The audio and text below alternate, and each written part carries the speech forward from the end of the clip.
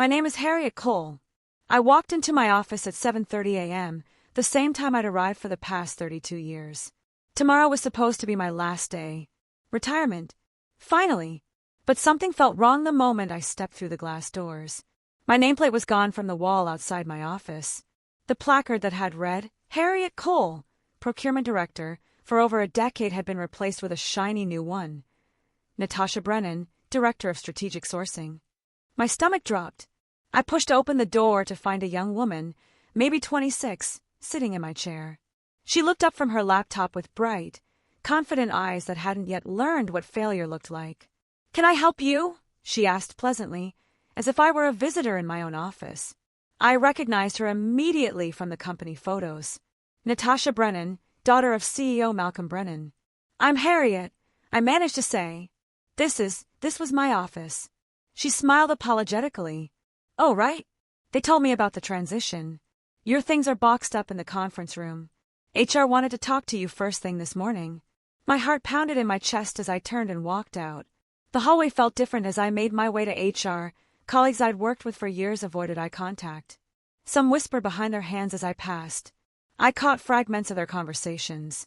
"Can you believe they just replaced him like that?" one voice said. "She doesn't even have a procurement background," another whispered. "Lucky girl, getting handed a director role because of her last name." I felt invisible, erased. 32 years of dedication reduced to office gossip in a single morning. When I reached the HR department, the receptionist's face showed genuine sympathy. "Harriet, they're waiting for you in conference room B." I nodded and walked down the corridor, each step heavier than the last. The weight of injustice pressed down on my shoulders like a physical burden. Inside conference room B sat 3 people, the HR director, the CFO, and Malcolm Brennan himself. My boxes were stacked neatly in the corner. "Harriet," Malcolm began, not quite meeting my eyes. "We appreciate your years of service. This transition is simply about bringing fresh energy to the department." Fresh energy. Code for nepotism. I said nothing, waiting. "Your retirement package is ready. We've expedited everything, so you can leave today instead of tomorrow." As I sat through the meeting, my mind drifted back through the decades. I remembered my first day at Brennan Industries, nervous and eager, determined to prove myself. I'd started in the mailroom and worked my way up through sheer dedication and integrity. Over the years, I'd built relationships with suppliers across the globe, negotiated countless deals, and saved the company millions through careful sourcing and ethical practices. I remembered mentoring young employees, staying late to help colleagues meet impossible deadlines, and protecting small suppliers from unfair contract terms that larger companies tried to impose. When the procurement director position opened 10 years ago, I'd earned it through merit, not connections. I transformed our department, implementing transparent processes and building trust with vendors who knew my word was binding. The $220 million aerospace contract I'd spent 18 months negotiating was supposed to be my legacy. It was set to close next week, right after my retirement party. That deal would secure Brennan Industries' future for the next 5 years. But now, sitting in the sterile conference room, I wondered if any of it had mattered. Had my loyalty meant anything? My contributions? The late nights and sacrifice weekends? After the meeting ended, I returned to conference room B to collect my boxes. As I reached for the first one, I noticed a small envelope tucked between 2 files. It hadn't been there before. I glanced around, but the room was empty. The envelope was plain white, unsealed. Inside was a single card with 3 words written in elegant script. "Don't give up." My hands trembled slightly as I studied the handwriting. It wasn't familiar, but something about the deliberate strokes suggested confidence and authority. Who had left this? And why? I slipped the card into my pocket and continued packing. 20 minutes later, as I loaded boxes into my car, my phone buzzed with an email. The sender address was a random string of letters and numbers. The subject line read, "I see your work." My pulse quickened as I opened it. "Harriet, your integrity has not gone unnoticed. What was taken from you unjustly will be restored in ways you cannot yet imagine. The world will see what I have seen. Watch and wait. A friend." I read it 3 times, searching for clues. Who was this mysterious sender? And what did they mean by restoration? The email felt both comforting and unsettling. That evening, I sat in my home office, staring at the walls covered with certificates and awards from 3 decades of work. My spouse, Caroline, brought me tea and sat quietly beside me. "They really did it," I said, my voice hollow. 32 years, and they just erased me. Caroline squeezed my hand. "You know your worth, Harriet. This doesn't change what you've accomplished." But doubt crept in anyway. Had it all been for nothing?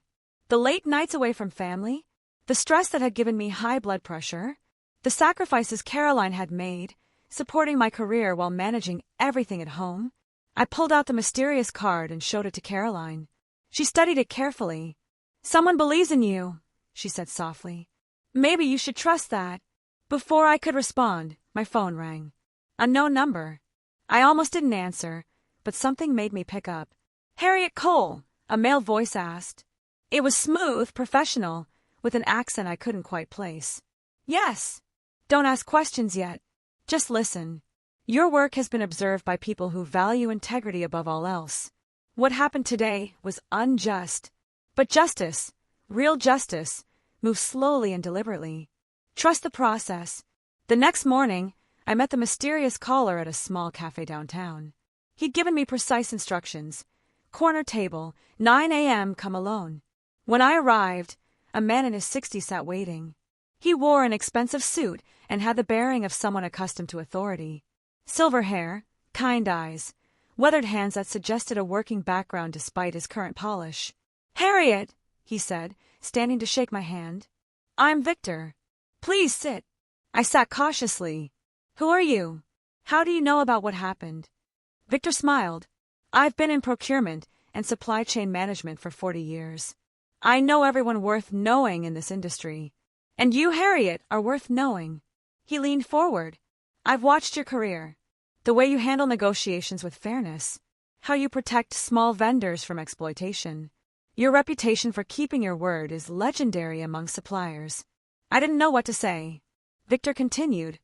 "What Malcolm Brennan did was foolish, replacing competence with nepotism. But men like him eventually face consequences for such decisions." He reached into his jacket and pulled out a small brass key. "This will matter soon. Keep it safe." Before I could ask what had opened, Victor stood. "The path forward will reveal itself. Trust your integrity." Then he was gone. 2 days later, I tried to access the digital files for the $220 million aerospace contract. I'd kept backup copies of all major deals on my personal secure drive, a habit from years of careful documentation. But the files were gone. Not just deleted, completely erased, as if they'd never existed. My heart raced. I checked my email archives. The entire correspondence thread with the aerospace client had vanished. Every proposal, every revision, every approval gone. Panic mixed with determination as I realized how deliberate this was. Someone had systematically removed all evidence of my involvement in the deal. I called my main contact at the aerospace company, a procurement officer named Philip, whom I'd worked with for years. "Philip, it's Harriet. I need to ask you something about our contract." There was a pause. "Harriet, I received a strange call yesterday. Someone from Brennan Industries said the contract was being reassigned to new management. They asked us to redirect all communications to Natasha Brennan." "What did you tell them?" I asked. "I said we'd negotiated this deal with you, specifically. We trust you. Without that assurance, we need to reevaluate." Hope flickered in my chest. "Thank you, Philip. Something's not right here, Harriet." The request seemed rushed, almost desperate. That afternoon, I ran into Kyle, a former colleague from the procurement department. We'd worked together for 15 years before he transferred to operations. We grabbed coffee at the shop across from Brennan Industries. "You should just let it go," Kyle said, stirring his coffee without looking at me. "What's done is done. Fighting this won't change anything. You'll just make yourself miserable." I felt a surge of frustration. So I should just accept being erased? Pretend 32 years meant nothing. Kyle shrugged. "That's how corporations work. You know that. Loyalty is a one-way street. They'll use you up and move on. Why torture yourself trying to fight it?" His cynicism stung, but it also clarified something for me. I wasn't like Kyle. I couldn't just accept injustice and move on. My moral compass wouldn't allow it. I'm not fighting for revenge, I said quietly. I'm fighting because what they did was wrong. And because that contract represents real relationships with real people who trusted me. Kyle sighed. Your funeral, Harriet. As I walked back to my car, I pulled out the brass key Victor had given me. It felt heavy in my palm, solid and purposeful. Whatever it unlocked, I knew it was connected to something bigger than I understood. That evening, I went to my storage unit where I kept old files and documents. I'd been meticulous about record keeping throughout my career, storing hard copies of important contracts and correspondence. As I dug through boxes, I found a file marked with my initials that I didn't remember creating. It was tucked behind other documents, almost hidden. Inside were printouts of emails I'd sent to various suppliers over the past 18 months regarding the aerospace deal. But these weren't my usual business emails. These were personal notes I'd exchanged with key vendors, building relationships, solving problems, offering advice that went beyond the immediate contract. At the bottom of the file was a handwritten note on expensive cardstock. Follow the trail to uncover truth. Your integrity created connections that cannot be severed by corporate politics. Each relationship you built is a thread. Pull them together. My hands trembled as I read it. Someone had been documenting my work, my relationships, my character. But who? And why? I spread the documents across the floor of the storage unit, studying them in the dim light. Each one represented a person I'd helped, a problem I'd solved, a moment of choosing integrity over expedience. Over the next week, I followed the trail. I contacted each supplier mentioned in the mysterious file, carefully asking questions about the aerospace contract and any recent communications from Brennan Industries. The pattern became clear quickly. Natasha had reached out to every vendor, trying to insert herself into relationships I'd spent years building. But she was making mistakes, fundamental errors that revealed her inexperience. She'd offered terms that violated previous agreements. She demanded changes to pricing structures that showed she didn't understand the industry. She'd been rude to several long-term partners, treating them as replaceable rather than valuable collaborators. Tension rose as I realized I was close to understanding the full scope of what was happening. But every time I got near the truth, Natasha seemed to block me. She'd instructed vendors not to speak with me. She'd threatened to cancel contracts if anyone maintained contact with former employees. Then I reached out to a key supplier in Taiwan, a woman named Ming, who provided specialized components. Mr. Cole, she said carefully, I cannot speak freely, but I can tell you that we require proof of authority before we continue this contract. We were told you no longer have standing. Without verification of proper management, we must pause all shipments. 2 days later, I received an unexpected call from Alex, a junior analyst I'd mentored 5 years ago. She'd moved to a different company, but had stayed in touch, occasionally asking for career advice. Harriet, she said, her voice urgent. I heard what happened. I can't believe they did that to you. It's corporate politics, I said tiredly. Nothing I can do about it now. Actually, there might be something, Alex interrupted. I've been working on a competitive analysis project, and I came across something interesting. A document that mentions the aerospace contract. It's encrypted, but I think it might help you. We met at a library the next day. Alex handed me a flash drive. This was in a shared database at my company. Someone uploaded it anonymously. The file name is just your initials and a date. I plugged the drive into my laptop. The file required a password. I tried several combinations, birth date, employee number, significant dates from my career. Nothing worked. Wait, Alex said. Try integrity. I typed it. The file opened. Inside was a complete audit trail of the aerospace contract, showing every decision point, every vendor selection, every cost-saving measure I'd implemented. It was documented in meticulous detail, as if someone had been shadowing my work for months. At the bottom was a note. This represents excellence in procurement management. Evidence preserved for future need. The encrypted document led me deeper into the mystery. Embedded in the file were hints, subtle references to someone who'd been watching my career. The audit trail mentioned observation points and integrity assessments that suggested systematic monitoring. But by whom? And for what purpose? I started researching, following digital breadcrumbs.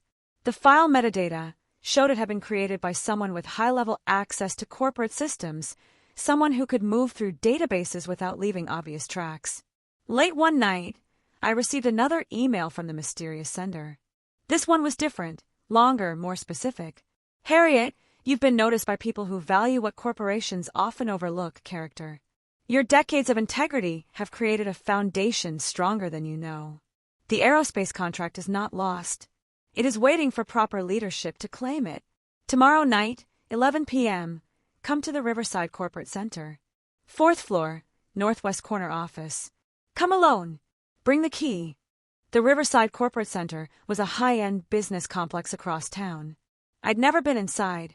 The next evening, Caroline watched me prepare to leave. "Are you sure about this?" she asked. "It could be dangerous." "I have to know," I said. "I have to understand what's happening." She hugged me tightly. "Be careful." The Riverside Corporate Center was imposing at night, all glass and steel reflecting the city lights. Security was tight, cameras everywhere, card access doors, a night guard at the main desk. But when I mentioned the 4th floor, the guard simply nodded and waved me through. The elevator rose silently. The building felt otherworldly, empty and echoing. When the doors opened on the 4th floor, I followed the corridor to the northwest corner. The office door was unlocked. Inside, the space was elegantly furnished but empty of people. Floor-to-ceiling windows overlooked the river. On the desk sat a single envelope with my name on it. I opened it with trembling hands. Inside was a letter explaining that the aerospace contract had been deliberately diverted by Malcolm Brennan to create an opportunity for his daughter. But the letter also revealed something unexpected. Natasha didn't fully understand what she'd been handed. She was overwhelmed, making mistakes that were jeopardizing the entire deal. "The question before you," the letter concluded, "is whether to expose her publicly or to proceed strategically. Your choice now will define not just the situation, but your legacy. Choose wisely." Before I could process this, a door I hadn't noticed opened. Victor stepped out. "You came," he said simply. "Now we can begin the real work." He disappeared back through the door before I could respond. Over the following days, I made my choice. I wouldn't publicly expose Natasha. She was young, inexperienced, caught in her father's ambitions. Humiliating her would be cruel and accomplish nothing positive. Instead, I would be strategic. I began carefully rebuilding connections with key suppliers, offering quiet advice and support. I didn't badmouth Natasha or Brennan Industries. I simply made myself available, answering questions, solving problems, being the reliable professional I'd always been. Meanwhile, I received another anonymous message. "The choice you make now shapes your destiny. Kindness and strategy often accomplish what force cannot." I watched from a distance as the aerospace contract began to unravel. Natasha's inexperience was showing. Vendors were growing concerned. The client was asking difficult questions. But I didn't gloat.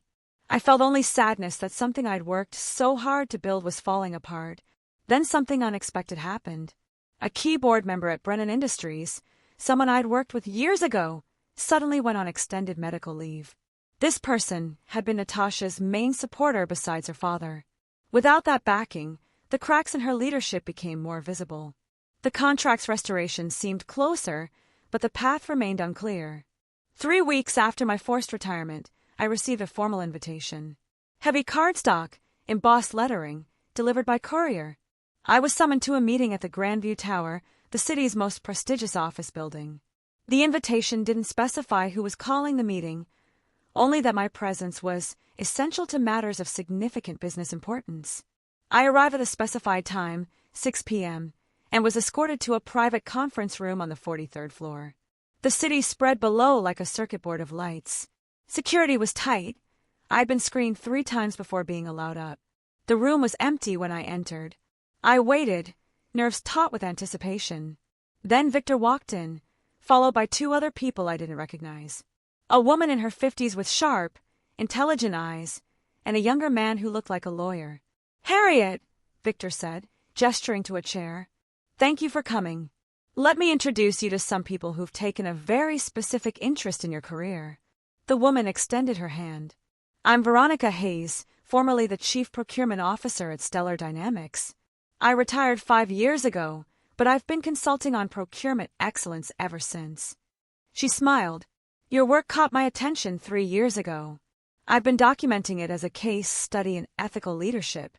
Veronica slid a folder across the table. Inside was the evidence I'd been searching for, proof that Malcolm Brennan had deliberately diverted the aerospace contract to create a showcase opportunity for his daughter. Emails, internal memos, board meeting minutes. All documented in careful detail. He violated company policy, Veronica explained. The board never approved replacing you or reassigning the contract. Malcolm acted unilaterally, assuming his position as CEO gave him that authority. It doesn't. But there was more. A second document showed that Natasha herself had been kept in the dark about many of these machinations. She'd been told the position was a normal promotion, earned through merit. She didn't know her father had forced me out to create the opening. She's a victim too, Veronica said quietly. Manipulated by her father's ambitions. The question is whether you want to expose Malcolm's misconduct, which would humiliate both him and his daughter, or whether there's a more nuanced path forward. I stared at the documents. The power to destroy Malcolm's reputation and possibly his career sat in my hands. But doing so would also devastate Natasha, who was guilty only of being young and inexperienced. Another note was tucked into the folder. The choice you make now shapes your destiny. I'd seen these words before. This was a test. I spent a sleepless night weighing my options. The ethical question consumed me. Did I have an obligation to expose wrongdoing, even if it hurt innocent people? Or was there wisdom in choosing a path that achieved justice without unnecessary destruction? I thought about the values that had guided my career. Integrity didn't mean being ruthless or vindictive. It meant doing what was right, even when it was difficult. Even when it meant foregoing the satisfaction of revenge. The next morning, I called Victor. I've made my decision, I said. I want to restore the contract and protect the company's interests. But I don't want to publicly shame Natasha. She's not the villain here. Victor was quiet for a moment. You're sure? Malcolm deserves to face consequences. He will, I said. But those consequences should focus on correcting his behavior, not destroying his family. That's a remarkably gracious stance, Victor said. Most people wouldn't show such restraint. I'm not most people, I replied. Over the next week, I worked with Veronica and her team to develop a strategy. We would present the evidence to the board privately, showing Malcolm's misconduct. We would recommend my reinstatement as a consultant to salvage the aerospace contract. And we would suggest that Natasha be mentored properly rather than thrown into positions she wasn't ready for. The strategy began to unfold carefully. Veronica, using her industry connections, reached out to board members discreetly. She shared evidence of Malcolm's policy violations and the risk to the aerospace contract. She positioned everything around protecting the company, not punishing individuals. Meanwhile, I continued building relationships with suppliers and the aerospace client. I didn't position myself as their savior, just as someone who cared about seeing the project succeed. The tension rose as various pieces moved into place. Board members began asking Malcolm difficult questions. Vendors started expressing concerns about the contract's stability.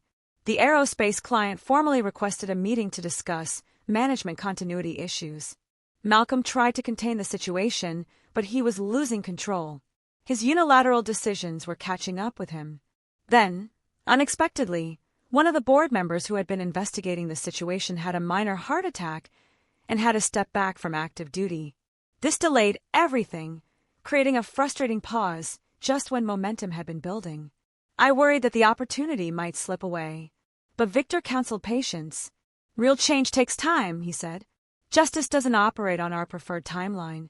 So I waited, trusting the process, even as uncertainty gnawed at me. 2 months after my forced retirement, I received another summons. This time to a secret meeting at a private club that catered to business executives. The invitation was specific. 8 p.m. Come alone, dress professionally. I arrived to find an elegant dining room with a single table set for 6. Victor was there, along with Veronica. The other 3 seats were empty. They'll be joining us shortly, Victor said. We sat in silence, the city glittering beyond the windows. I felt like I was standing on the edge of something significant, but I didn't know what. Then the door opened. 3 people entered. 2 board members from Brennan Industries, and the chief procurement officer from the aerospace client. My heart began to race. The aerospace CPO, a woman named Patricia, whom I'd negotiated with extensively, smiled when she saw me. "Harriet, it's good to see you. We've been worried about the contract." One of the board members, a stern-looking man named Quentin, sat down heavily. "Mr. Cole, we owe you an apology. We've uncovered serious irregularities in how your retirement was handled." The second board member, a woman named Elise, added, "We're here to discuss rectifying the situation. But first, we need to understand your intentions." Quentin pulled out documents and laid them on the table. "We've conducted an internal investigation. Malcolm Brennan violated multiple policies when he replaced you. The board never approved the transition. The contract reassignment was unauthorized. And we've discovered that several vendors have expressed significant concerns about continuity." Patricia leaned forward. "Harriet, we need you back. Not necessarily in your old role, but involved in salvaging this contract. Our company has serious reservations about proceeding with the current management." Victor, who had been quiet, finally spoke. "I should explain my role in this. I'm a consultant specializing in procurement excellence and corporate governance. I was hired by the board 3 months ago to assess Brennan Industries' supply chain management." He looked at me kindly. "I identified you as an exemplary professional long before this situation occurred. When Malcolm removed you, I saw an opportunity to address both the injustice done to you and the broader governance issues at Brennan. Everything suddenly made sense. The mysterious messages, the documents, the carefully orchestrated revelations. Victor had been managing this entire process, using my situation to force necessary changes. The question now," Veronica said, "is what comes next? We have a proposal for you." She slid a folder across the table. Inside was an offer that took my breath away. The proposal was extraordinary. Brennan Industries wanted to hire me back as a senior procurement consultant, reporting directly to the board rather than to Malcolm. The aerospace contract would be mine to manage, with full authority and resources. The compensation was triple my previous salary. But there was more. The board was creating a new position, Chief Procurement Officer, with oversight of all sourcing and vendor relationships. They wanted me to take the role, with Natasha reporting to me as a junior director. "We need to salvage the aerospace contract," Quentin explained. "But we also need to rebuild our procurement function on a foundation of integrity and expertise. You represent both." I sat back, processing this. "What about Malcolm?" Elisa's expression hardened. "Malcolm will remain as CEO, but with significantly reduced authority over procurement and vendor relationships. The board will be exercising more direct oversight." The twist became clear. Natasha's actions, driven by inexperience rather than malice, had inadvertently exposed her father's poor judgment and policy violations. My decades of competence and relationship building had created a foundation that couldn't be easily replaced. "There's one more thing," Patricia said, pulling out another document. "If you accept this role, my company is prepared to expand the original contract from $220 million to $340 million over 6 years. We value stability and trust." I spent the next week preparing. The decision to accept the offer had been easy. This was a chance to rebuild something meaningful while mentoring someone who needed guidance. But the execution would be challenging.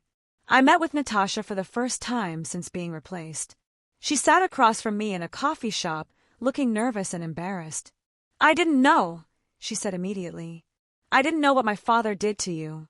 He told me the position was open through normal retirement." I believed her. "What matters now is moving forward." "I'm in over my head," she admitted. "I've made so many mistakes with the aerospace contract. The vendors don't trust me. I don't understand half the technical requirements." "Then let's fix that," I said. "You'll report to me as junior director. I'll mentor you properly, teach you the industry, help you build relationships the right way. If you're willing to learn." Relief flooded her face. "I am. I really am." Over the next month, I assembled a team. Alex, the analyst who had helped me, came aboard as a senior buyer. Several vendors I'd worked with for years provided references and support. The aerospace client expressed renewed confidence. I rallied allies, confronted bureaucracy, and slowly rebuilt what had been broken. Malcolm watched from a distance, his authority diminished but not destroyed. 3 months after my forced retirement, Brennan Industries held a formal ceremony to announce the restructured procurement department. The event was held in the company's main conference center, with board members, executives, key vendors, and clients in attendance.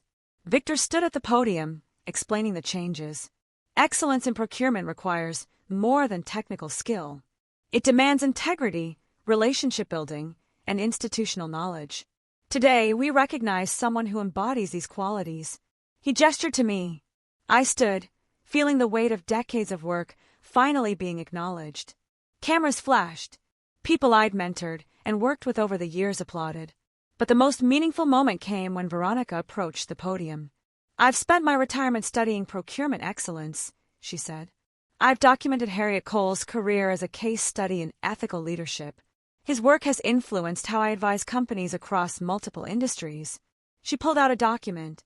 "Today, I'm formally establishing the Cole Institute for Procurement Excellence, funded by industry leaders who value the standards Harriet has set. He'll serve as the founding director." I stood there, stunned. The aerospace contract wasn't just restored, it was expanded. My career wasn't just salvaged, it was elevated. But more than that, my approach to business, my commitment to integrity, was being recognized and perpetuated. Victor smiled from across the room, and I understood. This had been his plan all along. The visual transformation was remarkable. I stood in my new corner office, larger and better positioned than my old one. Floor-to-ceiling windows overlooked the city. My title was engraved on the door, Chief Procurement Officer. Natasha worked in the office next to mine, no longer overwhelmed but genuinely learning. I'd created a mentorship program within the department, pairing experienced professionals with younger employees. The people I'd helped over the years now helped others, creating a culture of support and development. The aerospace contract was executing flawlessly. We'd brought in additional business from other clients who valued our renewed commitment to excellence. Vendors who had been worried during the transition period now expressed confidence in our leadership. I used my position to uplift those who'd been overlooked. Small suppliers got fair treatment. Junior employees received real training and advancement opportunities. People who'd been stuck in dead-end roles found new paths forward. One afternoon, Malcolm stopped by my office. He looked older, humbled. "I owe you an apology," he said quietly. "What I did was wrong. I let ambition for my daughter cloud my judgment." I nodded. "We all make mistakes. What matters is learning from them." He extended his hand. I shook it. The gesture wasn't about forgiveness or reconciliation, just mutual recognition of what had happened. 6 months after everything began, I sat in my office reflecting on the journey. The forced retirement that had seemed like the end of my career had become a catalyst for something far more meaningful. My lifelong commitment to integrity had been tested and validated. The relationships I'd built through decades of honest work had proven stronger than corporate politics. The kindness I'd shown to colleagues and vendors had been returned in ways I never anticipated. I pulled out the brass key Victor had given me that day in the cafe. I'd never learned what it unlocked, perhaps nothing physical.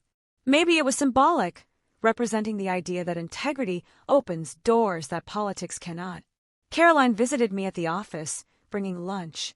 We sat together looking out at the city. "You did it," she said. "You stayed true to yourself and it worked out." "It almost didn't," I replied. "So many times. I could have given up or gotten bitter. But you didn't. That's who you are." The phone rang. It was Patricia from the aerospace client. "Harriet, we'd like to discuss another expansion. Our board is impressed with the execution. They want to explore a 10-year partnership." As I took the call, I thought about the mysterious messages, the hidden supporters, the deliberate orchestration of events. True virtue, I realized, doesn't always bring immediate rewards, but it creates foundations that endure. It builds networks of trust that activate when needed. It establishes reputations that open unexpected doors. The story that began with humiliation and betrayal had transformed into something I couldn't have imagined.